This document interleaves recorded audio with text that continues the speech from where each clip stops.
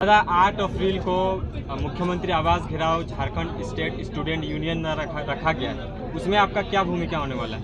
उस आंदोलन में हमारा समर्थन है। चूँकि ये आंदोलन रांची के अगवा साथी लड़ रहे हैं, लेकिन हमारा नैतिक समर्थन है, हम उपस्थित भी रहेंगे।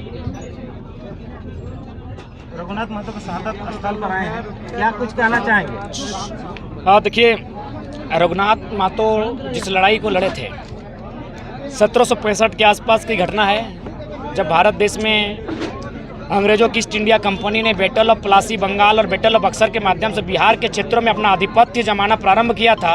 और उनकी नज़रें जब मानभूम राणभूम के क्षेत्र यानी झारखंड का जो छोटा नागपुर पठार का क्षेत्र है वहाँ जब उनकी पड़ी, तो वहाँ के जो उस समय के खेतीहर लोग थे, जो किसान कबीलाई लोग थे, जिसमें रघुनाथ महतो की जो वंशज या फिर उसके साथ रहने वाले जो लोग थे, वो खेती के माध्यम से अपनी आजीविका को चलाते थे। खेत उनके पुरखों ने अपने मेहनत से जोत कोड़ कर बनाया था। अंग्रेजों की जब एंट्री होती तो वे लोग बोलते कि हमको टैक्स चाहिए। रघुनाथ महतो बोलते यार ये कौन सा बात है, ज़मीन हमारी, खेत हमारा, मेहनत हमारा, टैक्स तुमको चाहिए। उन्होंने तब नारा लगाया कि अपना देश अपना राज, दूर भगाओ विदेशी राज। उसके बाद उनका आंदोलन छिड़ा जो कई सालों तक चला। फर्स्ट फेज का नेतृत्व रघुनाथ महतो ने किया। 1778 के आसपास उनकी शहादत इसी लोटा गाँव में हुई, जहाँ आज हम लोग उपस्थित हैं। उनकी लड़ाई आज भी हम देख पा रहे हैं कि उनकी लड़ाई की ज़रूरत आज भी है। ये बात हम अपने दिल में पत्थर रख के इसलिए कह रहे हैं कि रघुनाथ महतो की लड़ाई थी ईस्ट इंडिया कंपनी से। आज झारखंड के गरीब तबका, मजदूर, किसान, कामगार वर्ग की लड़ाई है कंपनियों से।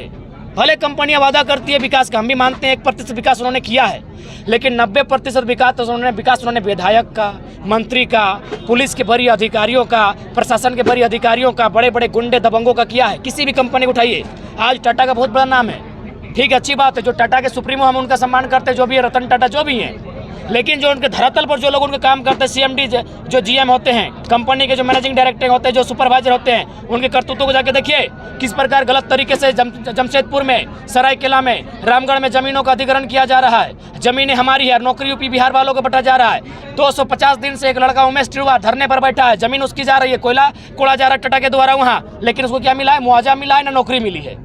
यानी ईस्ट इंडिया कंपनी बराबर आज की जो कंपनियां हैं जी। अगर लोग कहते हैं ना कंपनियों ने विकास किया है, तो हम कहेंगे विकास तो ईस्ट इंडिया कंपनी ने भी किया है। रेल, ट्रेन, एरोप्लेन सब तो अंग्रेज देकर गए हैं, विकास तो उन्होंने भी किया है। तो ठीक उसी प्रकार गरीब के लिए क्या हुआ है, किसान जिनकी ज़मीनें गई उनके लिए क्या मिला है? उनको ना ईस्ट इंडिया कंपनी ने दिया है, ना आज की टाटा बीसीएल दे रही है। लट मार रही है, गोड्डा उदाहरण है। मारपीट के ज़मीन आदिवासियों का छीन लिया गया, अडानी का प्लांट बना और बिजली बांग्लादेश को जाएगा। पूरे भारत से पूछिए ये अन्याय कहाँ हो रहा है। और जब हम आवाज़ उठाएंगे तो नक्सली, देशद्रोही, क्या भाई, मैंने उद्योगपति से ही देश है, अडानी, अंबानी, टाटा, बिरला, बजाज ही देश है, और किसान कामगार क्या है? नक्सली हैं। तो इसलिए मेरा मानना है रघुनाथ महतो की लड़ाई को आज फिर से लड़ना होगा। उनकी लड़ाई थी ज़मीन बचाने की, उनकी लड़ाई थी गांव जंगल बचाने की, आज हमें फिर से बचाना होगा। और नहीं तो जो बड़ी बड़ी मल्टीनेशनल कंपनियाँ, ये नेशनल कंपनियाँ आने वाले 20 सालों में झारखंड को चट कर जाएगी। दादा एक बात, आज पूरा सभा को आपने धनुष के साथ डेडिकेट किया है, तो इससे आप झारखंड को और पूरे ऑल ओवर इंडिया को क्या संदेश देना चाहिएगा? हमने संदेश यही देंगे कि हम लोग पढ़े लिखे हैं, हमारे सीने में कभी भारत का संविधान होता है। रांची में पूरा आंदोलन हम लोग संविधान के साथ किए थे, यानी हम लोग संविधान को भी जानते हैं, मानते हैं, सम्मान करते हैं, और इस तीर धनुष के इतिहास को हम भूले नहीं हैं। यानी साफ शब्दों में भारत यदि गांधी को पूजता है तो भगत सिंह को भी मानता है। इसका यही संदेश है। दादा एक बात कि जिस तरह से स्वतंत्रता सेनानी प्रथम माने जाते हैं रघुनाथ महतो जी, तो जिस तरह से दूसरे स्वतंत्रता सेनानियों को जगह मिला, रघुनाथ महतो को वो नाम और वो चीज़ क्यों नहीं मिला? उसका कारण सबसे बड़ा था, वो किसान वर्ग से थे। किसान कम्युनिटी को कभी भारत में सम्मान नहीं मिला है। भले आप कहें भारत किसानों का देश है, भले गांधी जी कहते हैं भारत की आत्मबस्ती है गाँवों में, गाँव की आत्मबस्ती है किसानों में, लेकिन वो केवल कहने की बात है। इस देश ने किसानों को भी सम्मान नहीं दिया है। उदाहरण 3 काले कानून है। अब मैं बात करना चाहूँगा, मैं अपना उदाहरण दे रहा हूँ थोड़ा देर के लिए। हमें एक राजस्थान के बहुत बड़े जैन कम्युनिटी का सेठ जी का फ़ोन आया था, बोला यार तुमको जब स्कॉर्पियो में चढ़ते हुए देखते हैं इस क्राउड के बीच, तो हमको तमिल मूवी लगता है, ये तो रियल लगता ही नहीं है। लेकिन तुम अगर किसान कम्युनिटी से नहीं रहते, किसान का बेटा नहीं रहते, तो तुमको आज नेशनल लेवल तक मीडिया ले जाती। लेकिन चूंकि तुम किसान घर के हो, इसीलिए आज तुम केवल झारखंड तक सीमित हो। ये हम पे बीती बात बता रहे हैं। तो रघुनाथ महतो तो उस समय ना कोई मीडिया का प्लेटफॉर्म था, उनका कसूर था, वो किसान वर्ग से थे, इसीलिए उनके इतिहास को छुपाया गया, उनके आंदोलन को छुपाया गया। और इतिहास गवाह है। आप राजा रानी लोग जब भी विरोध किया है, बड़े बड़े शब्दों में लिखा है कि अंग्रेजों से लड़ाई लड़ा, लेकिन गलत बात है। राजा रानी लोग कभी भारत के लिए नहीं लड़ा है, भले मेरी बात कहने के बाद लोग हमसे नाराज होंगे, हमको गद्दार देशद्रोही शब्द कहे, दिक्कत नहीं है। राजा रानी लोग का इतिहास पढ़िए, उन लोग अंग्रेजों को बोला था कि मेरा राज से सेटिंग कर लीजिए, मेरा राज को डिस्टर्ब मत कीजिए, मेरा बेटा को उत्तराधिकारी स्वीकार कर लीजिए। जब अंग्रेजों ने नहीं माना तब राजाओं ने युद्ध किया, लेकिन किसानों ने कभी युद्ध किया है?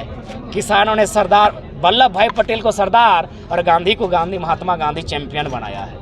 मेन लड़ाई इस देश में किसानों ने लड़ा है, लेकिन किसान को आज भी सम्मान नहीं मिला है। उसका उदाहरण है जमीन अधिग्रहण किसान की, फायदा पूंजीपति को। उड़ीसा में जाके देखिए कितनी काली करतूत हुई थी 2006 को, 2 जनवरी 13 आदिवासियों को गोली मार दिया गया। किस लिए? न कंपनी जमीन मांग रही थी, किसान दे नहीं रहे थे, पुलिस कंपनियों के पक्ष में। और पुलिस हम खुले मंच पर कहेंगे, हमारे भाई भी पुलिस है और हमारा भी सपना था पुलिस में जाने का।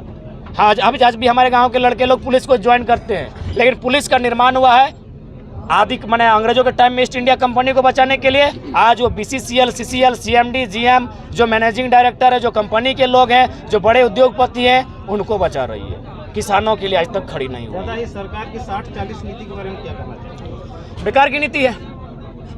उसका उदाहरण चले जाइए, रांची, धनबाद, बोकारो, किसी भी स्कूल में जितने भी प्रिंसिपल मिलेंगे सब यूपी, बिहार में, MP के मिलेंगे। तो क्या हम लोग किस लिए? हम लोग घास उखाड़ने के लिए झारखंड राज्य बना है? ये नीति पूरी तरह गलत है। हम सभी राज्य का सम्मान करते हैं भाईचारा के नाते, भारत के नागरिक के नाते, लेकिन कोई अगर मेरे अधिकार को छीन के खाएगा तो आवाज करेंगे। दादा, 8 अप्रैल को मुख्यमंत्री आवास घेराव झारखंड स्टेट स्टूडेंट यूनियन रखा गया है, उसमें आपका क्या भूमिका होने वाला है? उस आंदोलन में हमारा समर्थन है, क्योंकि ये आंदोलन रांची के अगवा साथी लड़ रहे हैं, लेकिन हमारा नैतिक समर्थन है, हम उपस्थित भी रहेंगे। जी, जोहार दादा। Thank you. जोहार।